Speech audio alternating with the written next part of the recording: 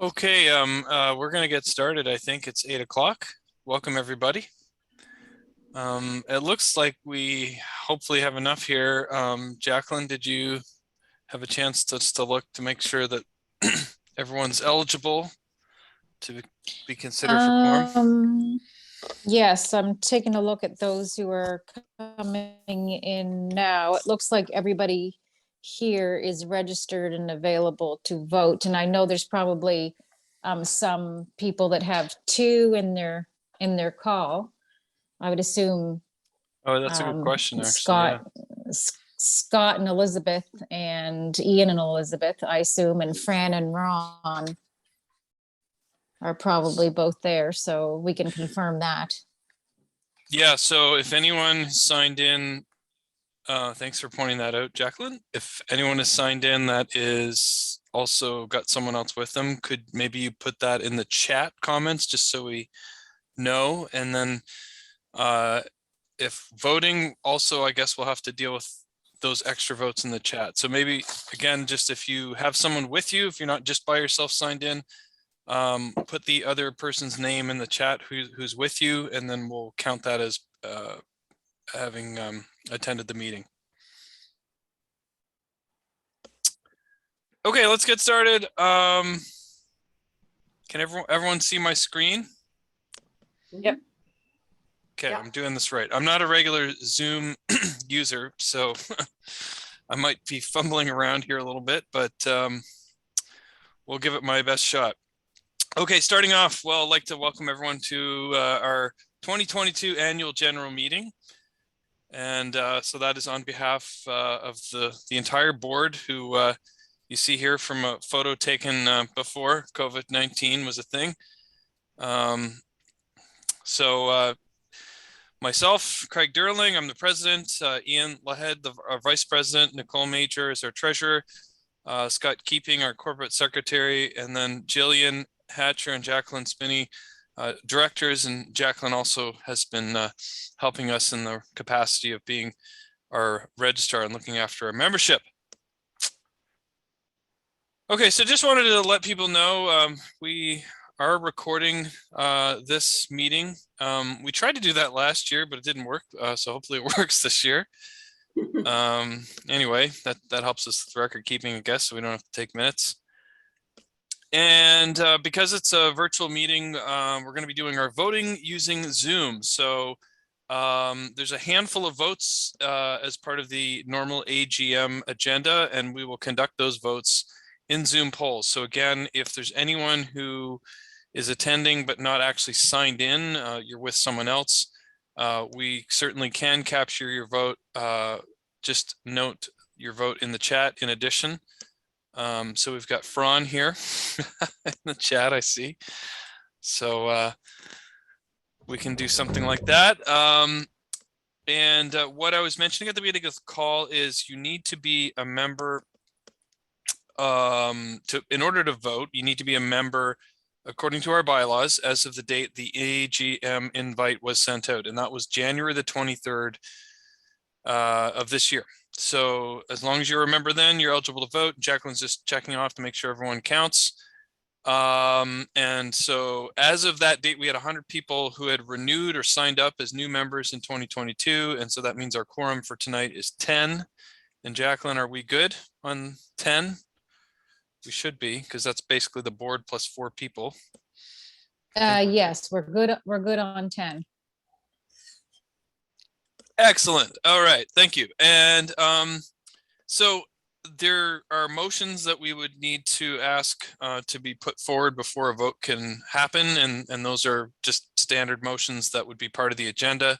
So we will ask for things to be moved. And in order to make a motion, for example, we'll say, hey, we need a motion to approve the minutes from our last AGM. We'll ask that anybody attending the meeting can make that motion, and then we have to get a seconder before we can conduct a vote. So we'll just do that motioning in the chat. So again, if you're going to make a motion, put it in the chat and we'll make note of it. All right, and those last points kind of cover off what I just said about the Fran example. All right, so before we get further on, I just wanted to start off by thanking a number of people and organizations that really helped us out in 2021. So Elizabeth Keeping, Elizabeth for many years has really helped us with keeping our apparel orders organized and helping with our distribution. And again, that was really critical this year with our 5-year anniversary shirts in 2021. So thank you, Elizabeth, again for all that help. And Scott as well, both kind of helping in the background there. Ian, of course, coaching as a volunteer coach, offering different coaching advice through the year, but also, specifically with our speed work sessions. Nancy Alexander, as she has for many years, has looked over and as a CPA, I guess given the blessing to our financial statements. So thank you, Nancy. Of course, our board of directors, all volunteers, helping to continue the good work of this organization. Wanted to give a shout out to Stacy Henley, who has been pretty active as of late, especially organizing group runs. We always like to see that. So thank you, Stacy. Drew, who Ian will mention later, somebody who helped with the shoe demo that we were able to put on.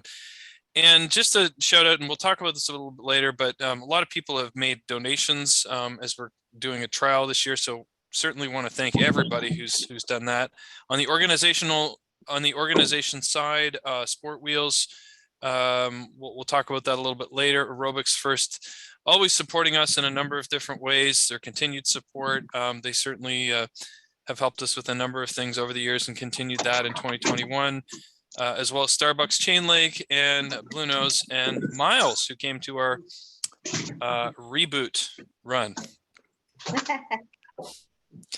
So here's our agenda for tonight. We're going to approve the minutes from the agenda from last year, or sorry, from the AGM last year. We will give an annual report. So that's a standard agenda item. We'll give a report of our activities, mostly covering 2021, but I think probably a few things that kind of are a little bit more recent up to and including things that we've been doing right up until this meeting. Our 2021 financial report, which I guess we'll officially sign off by 2 directors, but we'll present the statements that have been prepared by Nancy. And we'll need to approve, the board that will have a vote on that to, I guess, approve or accept those statements as presented. And then the last item before adjourning is to elect directors for the vacant terms that are coming up. Okay, so starting off, approval of the AGM minutes from 2021. We've copied those onto the screen. They were also part of the document package that was posted to our website that was sent out in the invitation. So these are the minutes from last year. Not a whole lot here because the agenda is pretty brief. It's really just a couple of votes, but would like to get a motion from any of the attendees to accept or approve the AGM minutes from 2021. And I guess, again, you can do that in the chat, which I don't know how to see. Oh, there it is. Can somebody put forward a motion? Is there somebody that can put forward a motion to approve our minutes? All right, Kelly, thank you. Anyone seconding that? Stacy, thank you. Okay, so now I need to launch the poll. Hold on a second. Okay, so hopefully that worked. Hopefully you should see an option on your screen to vote. So if you're voting in favor of approving these minutes, please click the yes button.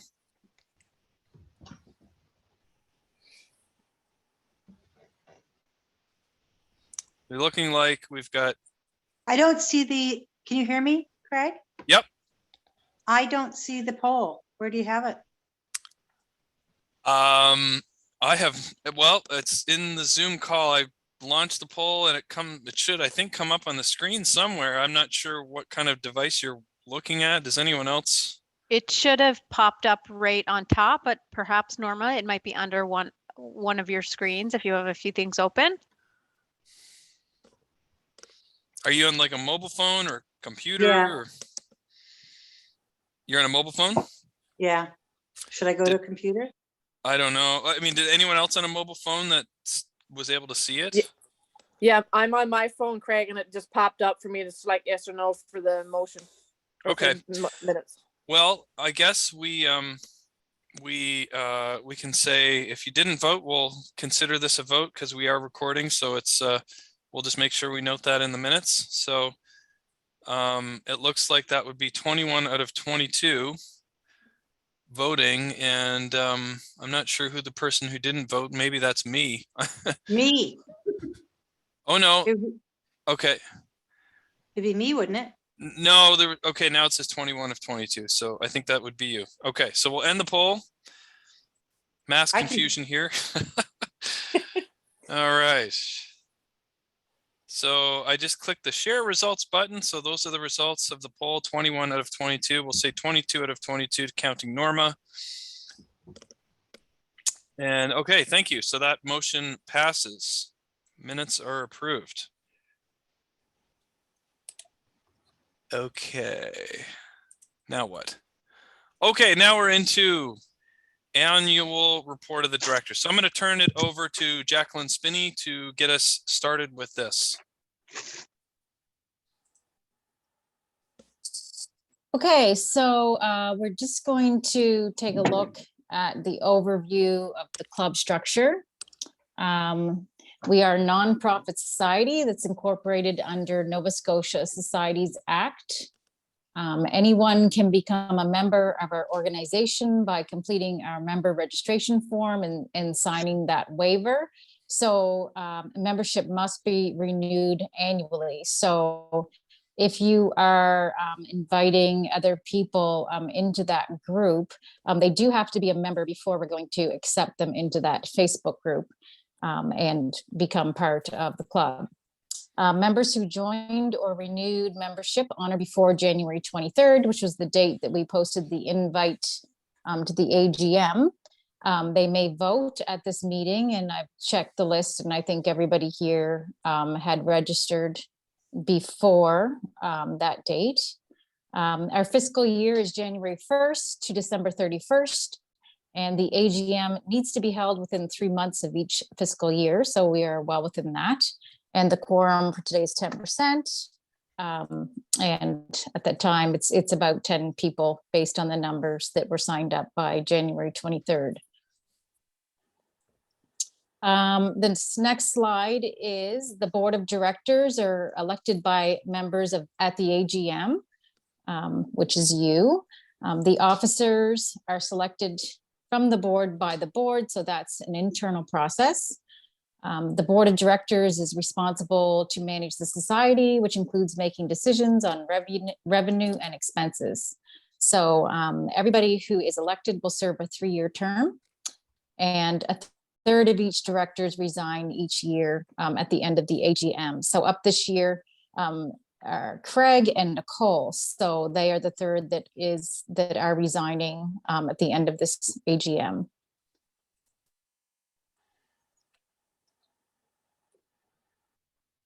The annual memberships, those renewals. So 2020 was the first year that we implemented this. We moved in this direction for various reasons. Those include communications, so sending messages to active members and not wanting to spam those who are no longer interested. Member input. So if we're asking for member input, we want to collect that input from members who are actually active in the club. And we know those that sign up are interested in being active in the club. The Facebook group access. Members have access to the private Facebook group. So we want to preserve the perceived value of this benefit by limiting access to members who are active. So doing so promotes a more closely knit community and a higher engagement in that group. Risk management. So every year when you sign up, you are signing the club waiver on frequent, regular intervals. So that's prudent for managing risk to our organization. The quorum. So if we just had, people staying in that weren't active, or just having so many members and we didn't have those actually expire, the quorum could potentially get too high. So we do need 10%. So it's much easier to achieve if we're limiting the voting to active members through an annual registration process. And planning for the future. So having good member information such as trends and demographics, that will help the board of directors in future planning and budgeting.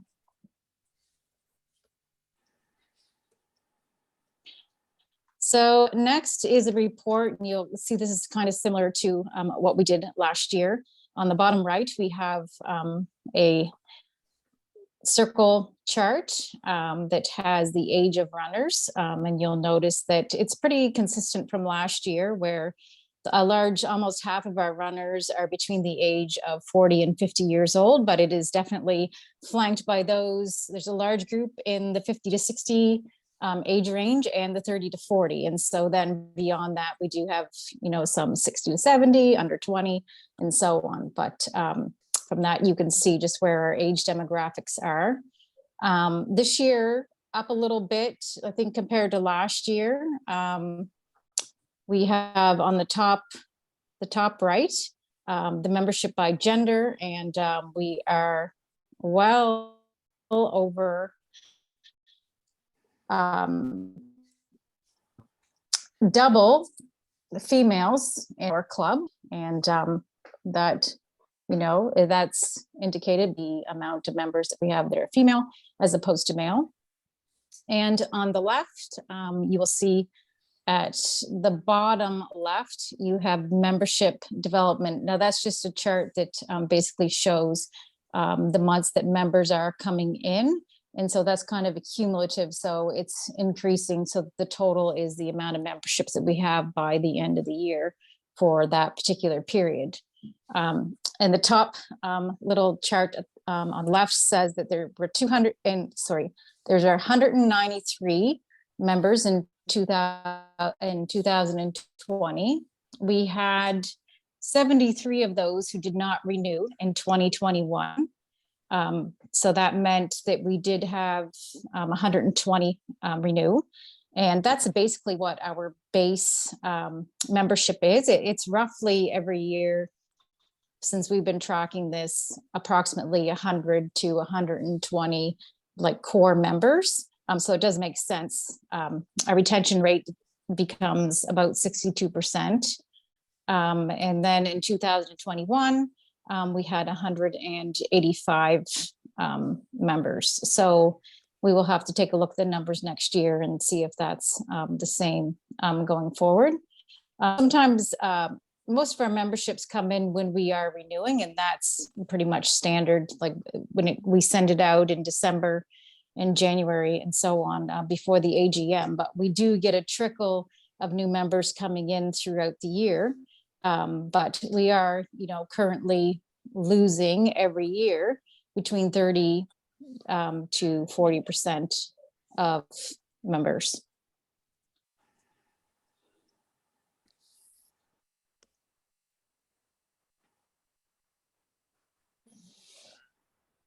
So I don't know if anybody has any questions about that, maybe anything about the membership report before we get into talking about some of the other things that we did this year. Gillian raises her hand.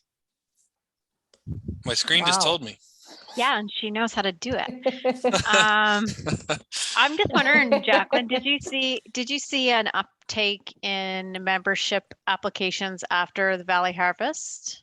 I remember running into a few people who saw a lot of our shirts because they're so noticeable. And I talked to a few people, and I think it's really important as a club when we're out there, we sort of, if people ask us about our club, we tell them about it, and we let them know it's free to join, and it's inclusive, and how to join. So I think there might have been a few people come out of that, but I'm just wondering if you noticed anything after that, after the Valley Harvest. There definitely was a little bit of influx around that time. I'm not sure if it was before or afterwards. I would have to take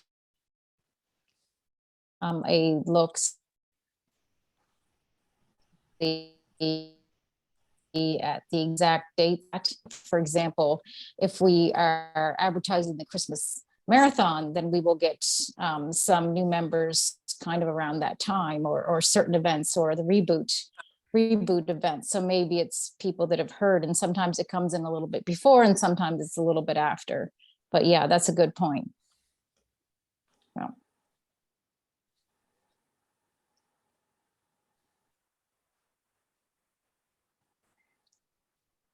Okay, so I think we're going into some of the events now that we've had throughout the year. And this is the last slide for me, so you can listen to somebody else. So we were able to do the Reboot Run this year, and we're going to talk about COVID and a little bit more later on, but we were able to host a variety of events this year, and one of them was the Reboot Run. The restrictions, people outdoors, so we held this was one of our largest events that we were able to hold in person. We had a great turnout, and Miles showed up to that event. And following along with the COVID restrictions, we were able to hand out some prepackaged snacks. So we had chips and clementines. So that's a picture. And that was probably one of our largest events that we had this year.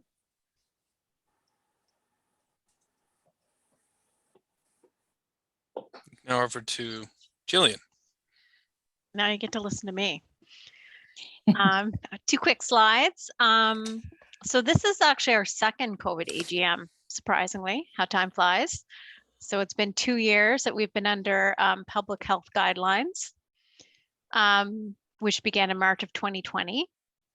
So at the very start of the pandemic, the board of directors came to the decision that we would ensure that we would follow all public health guidelines strictly. For several reasons, but the main reason was to keep our members safe. And we also wanted to lead by example. So that meant several things. Suspending group activities and special events like Mun Run. So we moved to initially the virtual Mun Runs when we weren't able to congregate at all. And then we were able to, throughout the waves, they kind of came and went. We were able to split Mun Runs into groups, and then we were eventually able to return to Mun Runs. And then we also had the vaccine passport requirements. So essentially, this means, everyone's found it hard and has been hard for all the members to keep your running going, to keep motivated. I've found myself extremely unmotivated. And I can imagine other people felt the same way. It's hard running alone if you're a social runner. But our members found a way to step up and found a way to keep running even when we had to stay apart. So that really does speak to the community that we formed within this club. All provincial COVID mandates are being lifted by March 21st. So that means there will be no mandates at all. And as of Monday, masks are now optional at club runs. That being said, going forward, we assume that we're out of the woods.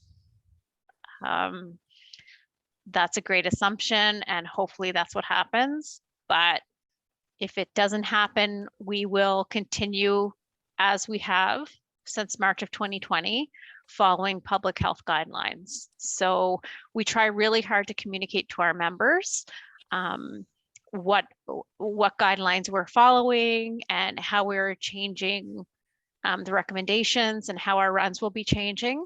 So we do try to communicate that clearly. But if you ever have a question, reach out. But ideally, after March 21st, we will continue on back to normal. I think March 21st is on Monday. I think it is a Monday. Could be, So then could we'll be a be, big mun run. maybe we should have some cake. Didn't we have a keg one time?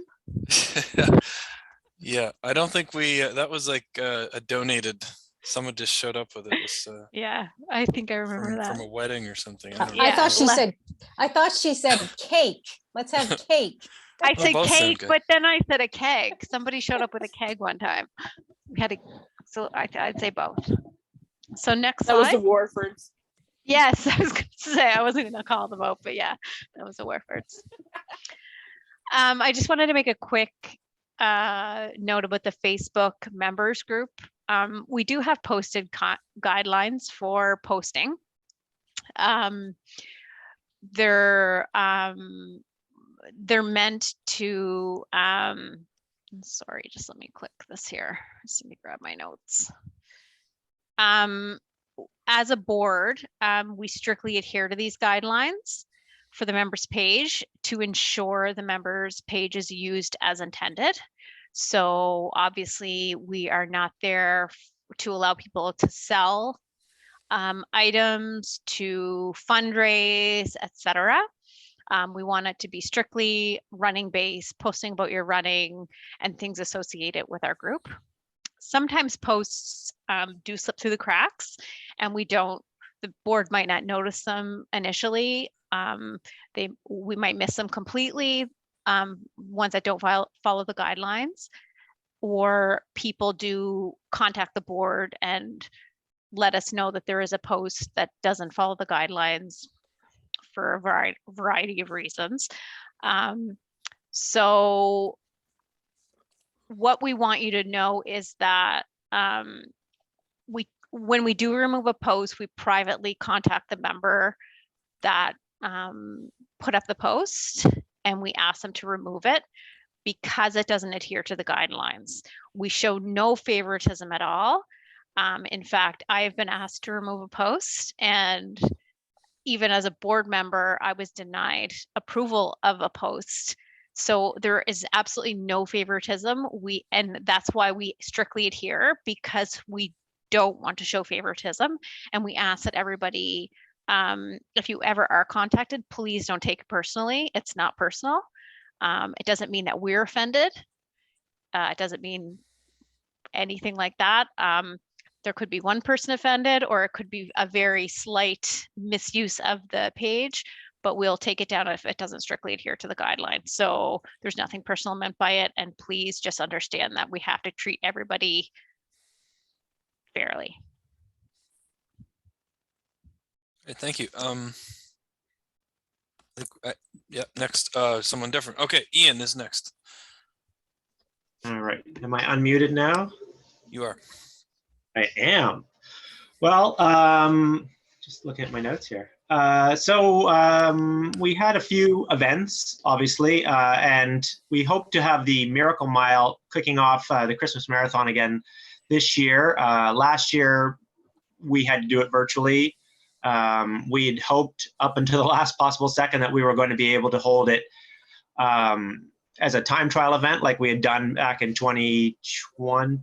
Yeah, back in 2020 with the BLT Mile event, one-up time trials. Unfortunately, we were not able to do that because Omicron decided to put the end to that. We were able to essentially do what we did the previous year, though, and Craig stood at the top of the hill and I stood at the bottom of the hill with Jacquelynn. I think Nicole was up with Craig. And we got to cheer all the runners on that came out. We had, and there were some runners who also did it virtually. We had how many runners in total? 31 finishers in total. They had an average finishing time of 7:17 mile, which is really exciting. We had, as you can see on the slide, we had a few speedy people show up, including some new members like Lauren DeKoff and a amazing blast down the hill by Clara Nevea, or some of our younger members who will no doubt be going down even faster next year should they choose to. We opted to do a by donation charity fundraiser for the Miracle Mile again, and we went with the Snooki socks. And I don't know, it's kind of hard to tell exactly how much money was raised, but I do know that the Snooki socks more than met its requirements of getting, it was a couple $1,000s, I think, in order to buy wool socks for the homeless. And that's done through Aerobics First with Luke McDonald. And yeah, so that was the Miracle Mile. And next slide there, Craig. So Craig and I were talking, particularly with the Miracle Mile coming up. We wanted to have bibs on people. We contacted Run Nova Scotia, and occasionally they've been able to donate some spare used bib, or not used, but some spare bibs that weren't used in events. This year they didn't have any for us to use. So we thought that a great option might be if, as a club, for these continuing internal kind of events, like the BLT Mile, occasionally Terry Fox runs, the Miracle Mile, if we bought a set of reusable bibs. So Craig and I contacted one of our friends out at Sport Wheels in Sackville, because they have made bibs for my event, the Movember Run, for a few years now. And they worked with us and came up with the image you see there. And we bought a set of 100 bibs. And we were able to get them at cost. So they took care of the cost for that would be associated with the setup and design aspect of the bibs, and also any extra money that they would have received from us, they just wiped clean. So I think we got a set of 100 bibs for around $90. That was a club purchase. And they're made of a plasticky kind of paper, so we should be able to reuse them over and over again, and also look really great in pictures as we're doing it, and maybe save the planet a little bit. So that'd be good. Next one. So speed work, we kept holding it every Wednesday from April through October. I know the events weren't big and our turnouts were often not always the biggest, but you know, it was still great. Everyone that I saw come out, we had members who come out sporadically. Some members were there all the time. You know, Nicole and Jacquelynn were certainly there almost every week. And so it was great to see that. And I like the fact that the pictures that were chosen were all sunny, happy pictures. They neglect any of the overcast, rainy, horrible days, but those days do exist. And it was still great to see people there. Hopefully, as events start to come back and people get a little more serious about their training, we'll see some more faces back out on Wednesdays. And next one. There we go.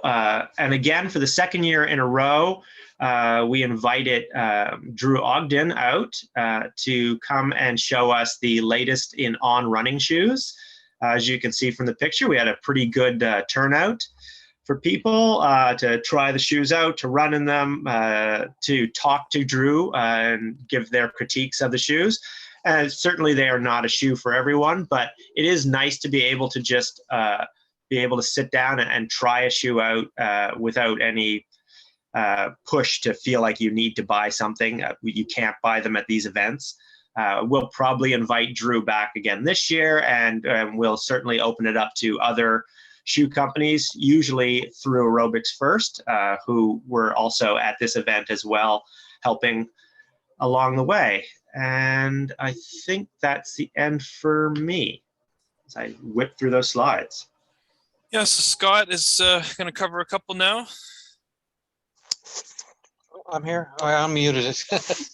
Okay, we didn't have very many events that people could participate in, but the Valley Harvest was one of them, and quite a few members participated in the Valley Harvest event, and quite a few of us went out to cheer them on. And you see the pictures there of some of the participants. Of note, I know Ian Loughead did his first ultra, and Kelly Bennett did her first marathon. So that was exciting. It was always great to get out to events and cheer other runners on and participate. And there's another event next after Valley Harvest. We did the Bike and Bean. We've been doing that, I think, since the club inception, at least 4 years. We get a good crowd at the Bike and Bean. Usually in November, we run from the school or the storage depot, or from the Bike and Bean itself, and people run anywhere up to 12.5 kilometers, and then we have coffee at the end of that. So that's great. Good turnout there. We haven't had too many big turnouts with COVID suppressing the amount of runners we get together. And after the Bike and Bean, of course, we have our Christmas marathon that people from all over Nova Scotia participate in, virtually this year, of course. And yeah, so there's 3 events that the club put on.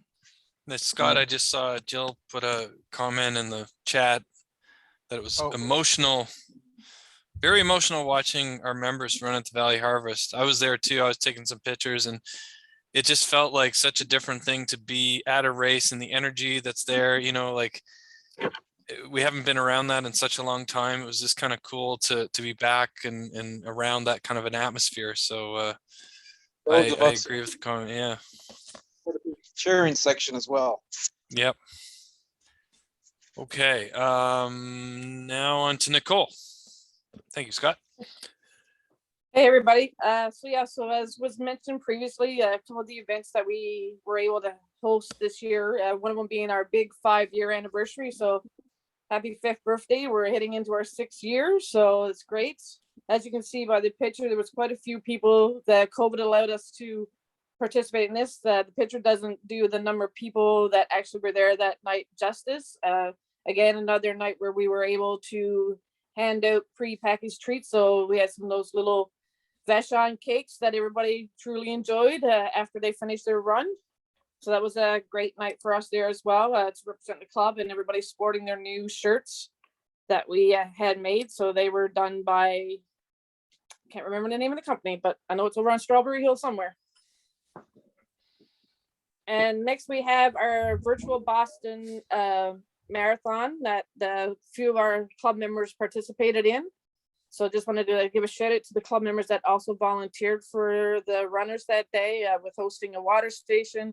We had a huge support runners out there running with us throughout certain positions and points where we were on the trail, and also our finishing line cheering squad. So just as a recap, there were 5 or 6 of us that did the Boston virtual this year. Some of us our first full marathon. So June Ross completed her first full marathon, and it was a virtual on the trail, which is hands down a feat in itself right there.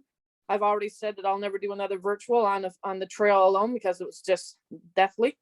We also had Stephanie Kaiser, Stefan Richard, Chantal Levesque, and Alexia Leroux, and also Steve Thompson. So Steve kind of doubled up that weekend. He registered for the virtual Boston, but he actually ran the Valley Harvest. So that was a great weekend for Steve.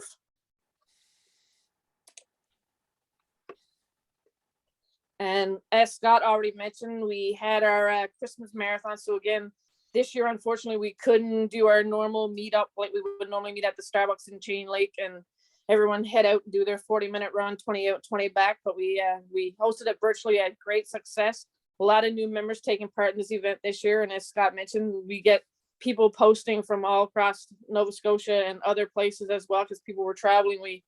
We had pictures from everywhere. So kudos to everyone that took part in that. And we had lots of people that reached the 100 kilometers or more. So lots of ultra running done in that week.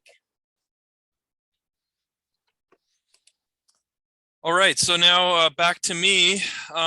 This is an update from something we talked about at our last AGM, and maybe even the one before that, I think it was as well. So kind of a long ongoing topic. Back in 2019, we approached Run Nova Scotia. So, basically since the inception of our club, we've talked a lot about risk management. We have the waiver. But something that, a lot of organizations like ours has or does is have some sort of a liability insurance in place to protect the organization, to protect the board in the case of something happening, where maybe somebody suffers a financial loss or tries to hold us responsible. And insurance has a cost. And so, we first thought, and after, talking around and talking to different experts, the suggestion was, hey, your provincial sport organization probably is the best place to go for that. So back in 2019, we did approach Run Nova Scotia requesting club support structure.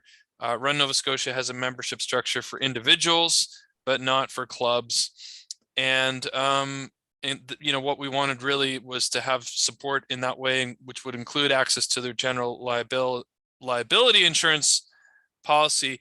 They did agree after we requested this to go ahead and create a club membership category and to give running clubs access to this and to support grassroots clubs. And then though they agreed to it, COVID kind of came, and maybe that changed priorities. I mean, as most of us probably know, Run Nova Scotia hasn't really done a whole lot in the last few years. One of the main things they do is organize a race series, and there's been no races. So in any case, they didn't make the necessary changes to their bylaws in 2020 to enable this.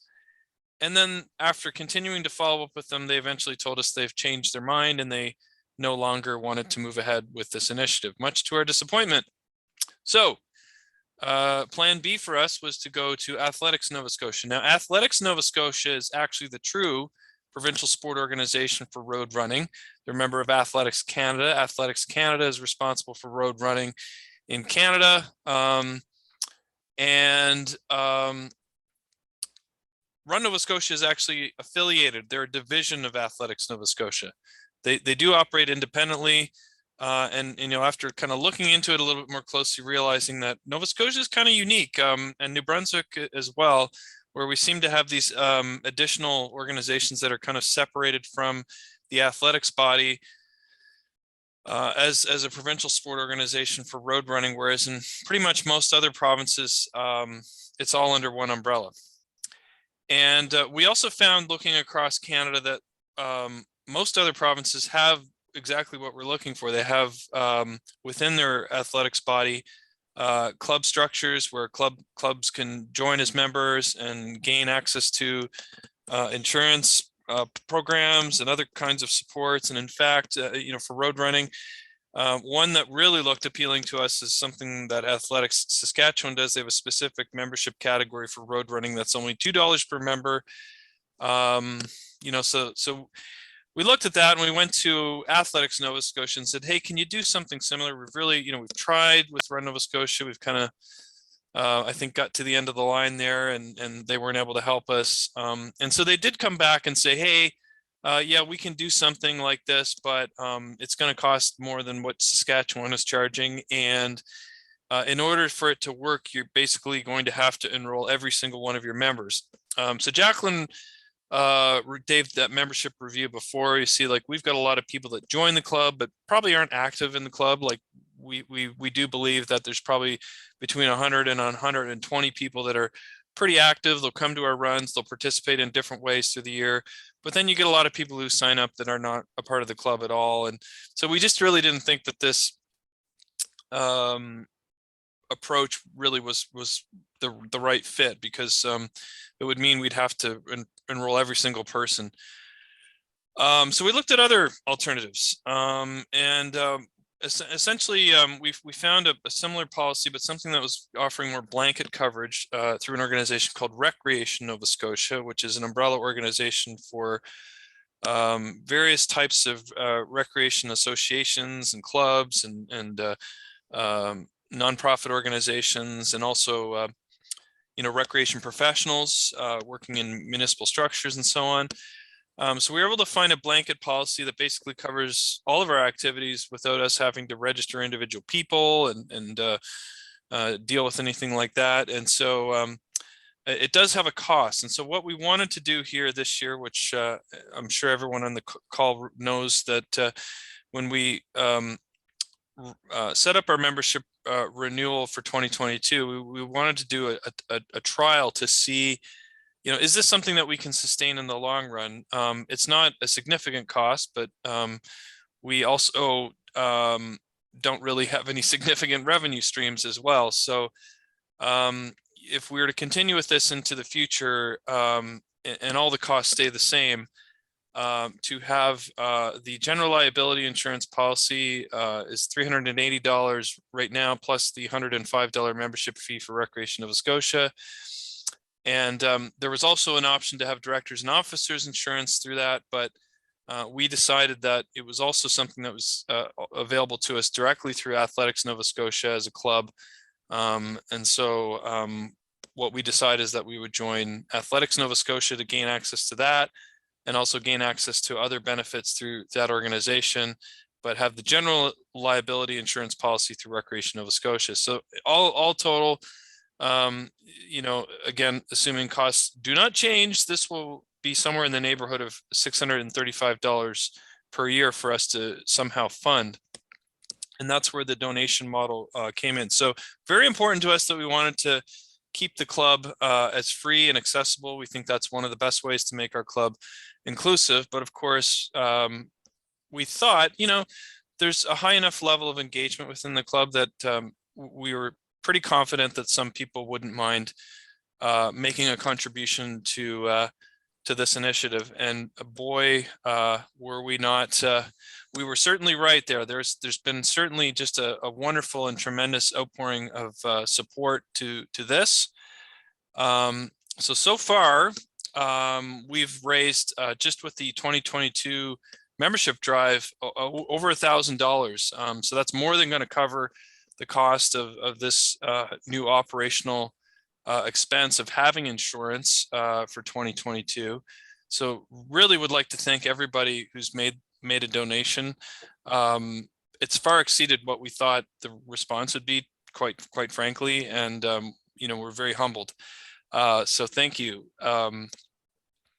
And we did this as a trial, so we're going to evaluate whether this is sustainable. Maybe it's not realistic that we would expect this sort of level of support every year. So it's something that I think we want to keep an eye on and evaluate.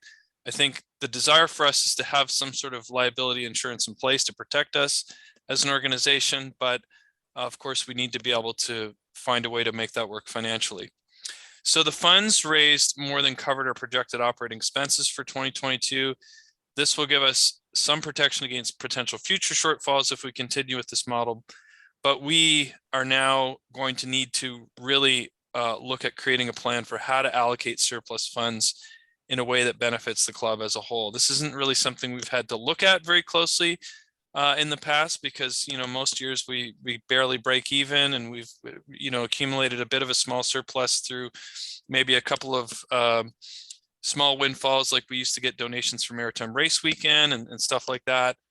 But this is a bit of a different direction for us, and so the board, we're all in agreement that this is something we need to really take a closer look at and figure out, what is the best way to deal with potential future surpluses if we continue with this model. But just wanted to give everyone an update. This really isn't something we did in 2021, but since it's a really recent topic, thought it would be good to be transparent with everyone on how it's going so far. I think I see a question in the chat or a comment. Oh, we have the best members. Don't tell other clubs. Thank you, Gillian. Okay, another thing I wanted to talk about is Rum Runners Relay, and hopefully this is going to happen in 2022. So back in 2020, we actually registered 4 teams. We had over 40 people. Of course, you have to register in teams of 10, so we had to cut it off at 40. But we had, I think, maybe 43 or 44 people who wanted to participate. So we registered 4 teams. We collected money from everyone who we named to these teams. And then, of course, it was canceled and deferred to 2021. And then it was again canceled and deferred to 2022. It seems like the organizers are pretty confident and hopeful that it will run this year. I had a look through the 40 people, and I would say there's probably put good money on most of those people still wanting to participate. Most of them do come from what we call that core group of very engaged members. So if there are, though, I mean, there are a couple on there that I'm not as sure about. One person in particular I know has moved away and is now living in another province. So there could be a few people like that that maybe are not wanting to or able to participate in 2022. And if that's the case, we will figure out a way to open that up and to other more new participants that maybe they weren't a member of the club back then. Okay. Back to Nicole. Nicole's gonna finish off our director report, and then we'll move into the financial report. So over to you, Nicole. All right, thanks, Craig. So as we've been talking about with the restrictions and everything lifting, so what does that mean for our club in regards to our future? So basically, as of February 28th, masks will be optional at our MUN runs or any group runs that is organized by us, by the directors. So no proof of vaccination will no longer be required at any of those runs as well. So with the future opening steps, this could mean that we may be able to get back to organizing more of our club normal activities, such as our jog and joes that we used to host on every, I think it was the second Saturday of the month, that we would do the jog and joe. A bunch of us would meet and do a 40-minute run and then sit and enjoy coffee and snacks afterwards at locations all throughout the city. Our most popular spot obviously was our favorite little Starbucks in Chain Lake. We also could get back to looking at getting into some of our heinous running events, like Ian mentioned earlier, our BLT Mile, My Home Course. That was one of the main purposes is why we invested in the reusable bibs.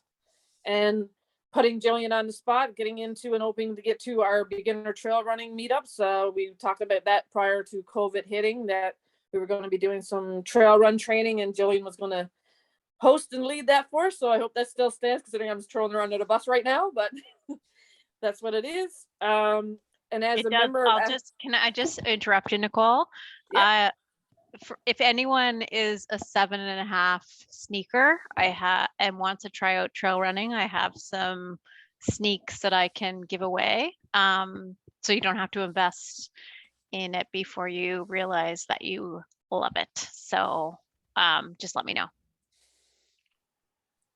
Awesome, good stuff. And to continue on, as a member of Athletics Nova Scotia, we will be organizing Masters Athletics clinics to help introduce interested members. And also, we've been informed that Sugoi Customs has restarted production. So we will be placing a poll in our Facebook group page, so which is another good reason why everyone should remain and stay a member and be on that page, is we'll put a poll in there after this meeting at some point in time in the next few days.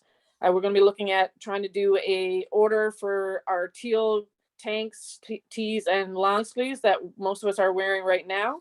The design may be the same. It might be a little tweaked a little bit, but the main thing to note here as well is that just because they are starting back up again, there is a slight increase in the prices. So based on the model that they provided to us, the more that we order, obviously as most things, the more quantity you get, the better price you get. So that's that.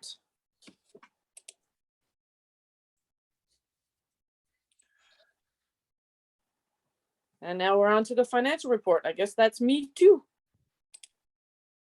All right, so I can't really read the slide too much because it's not very bright on my screen, but if you can look at the lines, if you can see them, it says that merchandise sales covered off operational cost in 2021, being a very small surplus. So again, the BLT 5th anniversary shirts.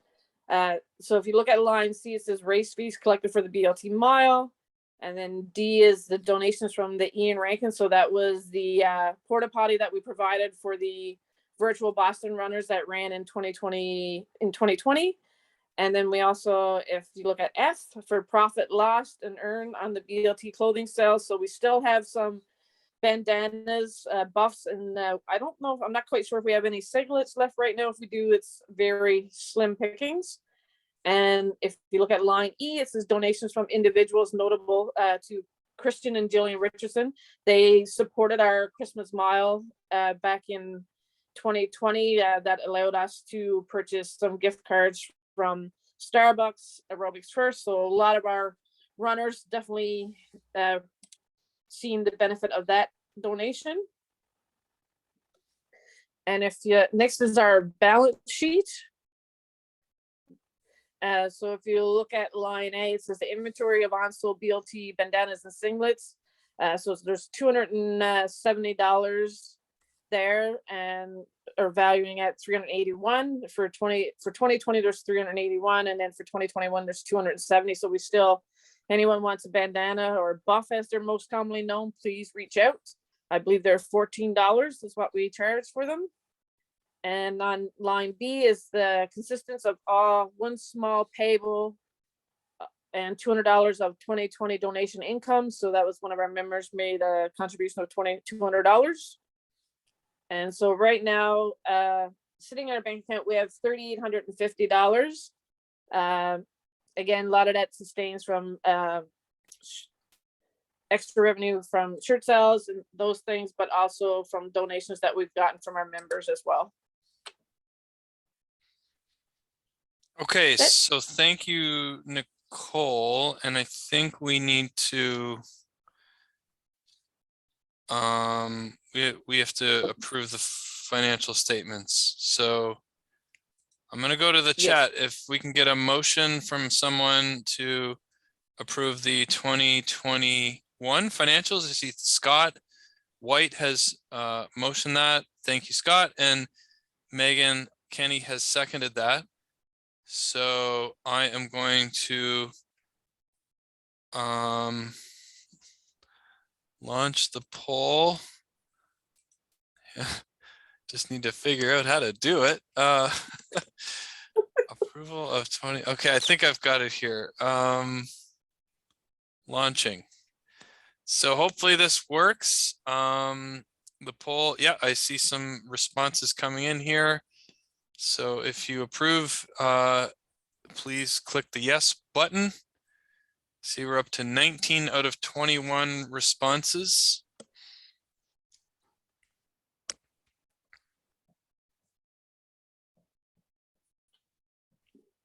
Maybe just give it a couple more seconds. Of course, because we're doing this on Zoom, it does get, I think, automatically recorded in the Zoom system. Yeah, I'll close this out. Oh, there's one more, 20 out of 21. So it looks, I think, the same as the last one. So of course the motion passes unanimously. Thank you. I will end the poll. And here are the results. Assuming you can see those. Yeah. All right. Feel like I have no idea what I'm doing here, but figuring it out as I go. Okay. Election. Okay, so Gillian is going to take it from here. All right. Meat and potatoes. Okay, so I think we need the next slide there, Craig. Or wait. Oh, sorry, you already moved to. Sorry, you moved to the next slide. Sorry. Just let me bring this up. For the election of the directors, as we said, 2 positions are up for election: Craig Durling and Nicole Mauger. Major. I've been calling Nicole Mauger for years, and I've been calling Ian Loughead for years, and nobody ever corrected me. So it's my own fault. So the volunteer board is the volunteer board of directors is elected by members. All positions are 3-year terms. To be a board member, you must attend at least 2 board meetings per year and the AGM, whether virtually or in person. Hopefully by next year we'll be in person again. Regular attendance at club sanctioned group runs, is part of being a board member. And first aid training is required. These are the most salient points from this list. First aid training is required within 4 months of election if you're not already certified through another, you know, provider, or, you know, if you work in the hospital, you're probably certified or whatnot. So next slide. So for consistency in governance, I think, Jacquelynn, you mentioned this earlier, director terms are staggered. So at least 1/3 of directors are elected each year. So we're able to maintain a sort of consistency and not completely change our board of directors on a regular basis. So retiring directors are eligible for re-election. We know this. So as I said, Craig and Nicole are up for election. So once open positions are filled, the directors have a board meeting to fill the officer position. So what you are voting on tonight is not the actual board positions like president, treasurer, etc., which Craig and Nicole held officer positions. You're voting on board member positions. And after the elections are concluded, if anything changes, and even if anything doesn't change, the board members will meet and they will decide on who should fill officer positions.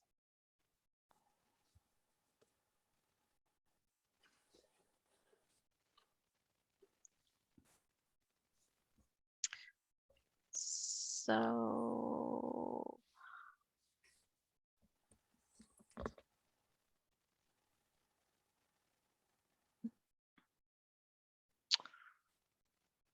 where are my notes for this one? Oh, sorry, I went through that one. So at this time, members can, oh, sorry, was that? Sorry, okay, so we put out a call for nominations already. The only nominations we have received are for Nicole and for Craig. So at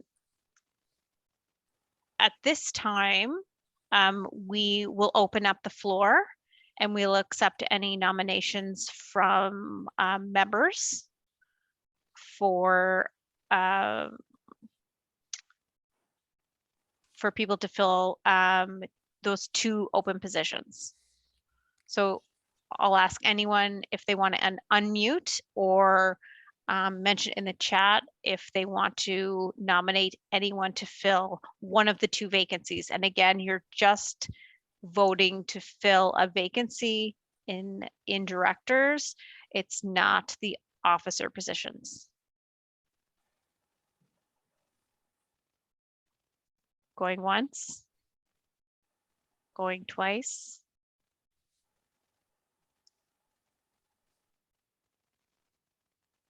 Nobody? Okay. You had your chance. You're stuck. So it sounds like Nicole Mauger and Craig Durling have been renominated and re-elected. Are we in agreement? Yeah, I guess so. Thank you. Thanks. So yeah, no poll required there. I had one, but I'm gonna try to figure out how to edit on the fly if there were extra nominations, but glad I didn't have to do that. Okay, well, thank you, everyone. That is it. I guess we'll need a motion to adjourn. But just want to thank everyone for signing in. Always impressed with the number of people who participate in our annual general meeting. Really does show that there's a lot of very engaged people not just coming to our events, but actually who care about how we continue to build a strong community of running and in our communities, and just look forward to continuing to see everyone, and hopefully being able to do a lot more. And I think I speak probably for the whole board, as Nicole was outlining, a lot more things like we used to do in 2022. So have a great night, everyone. And we will post the video for anyone who didn't attend, but thank you for signing in. Thanks. Thanks everyone, guys. and thanks again for the congratulations. Take Congratulations. care. And hopefully we'll be Right. back to normal. Congratulations very to soon. Colin Craig. Thanks. Good night. Thank you. Good night. Night. Good night. Be safe. Yeah. Night, John Boy. Night. Mary Ellen. Where do I end?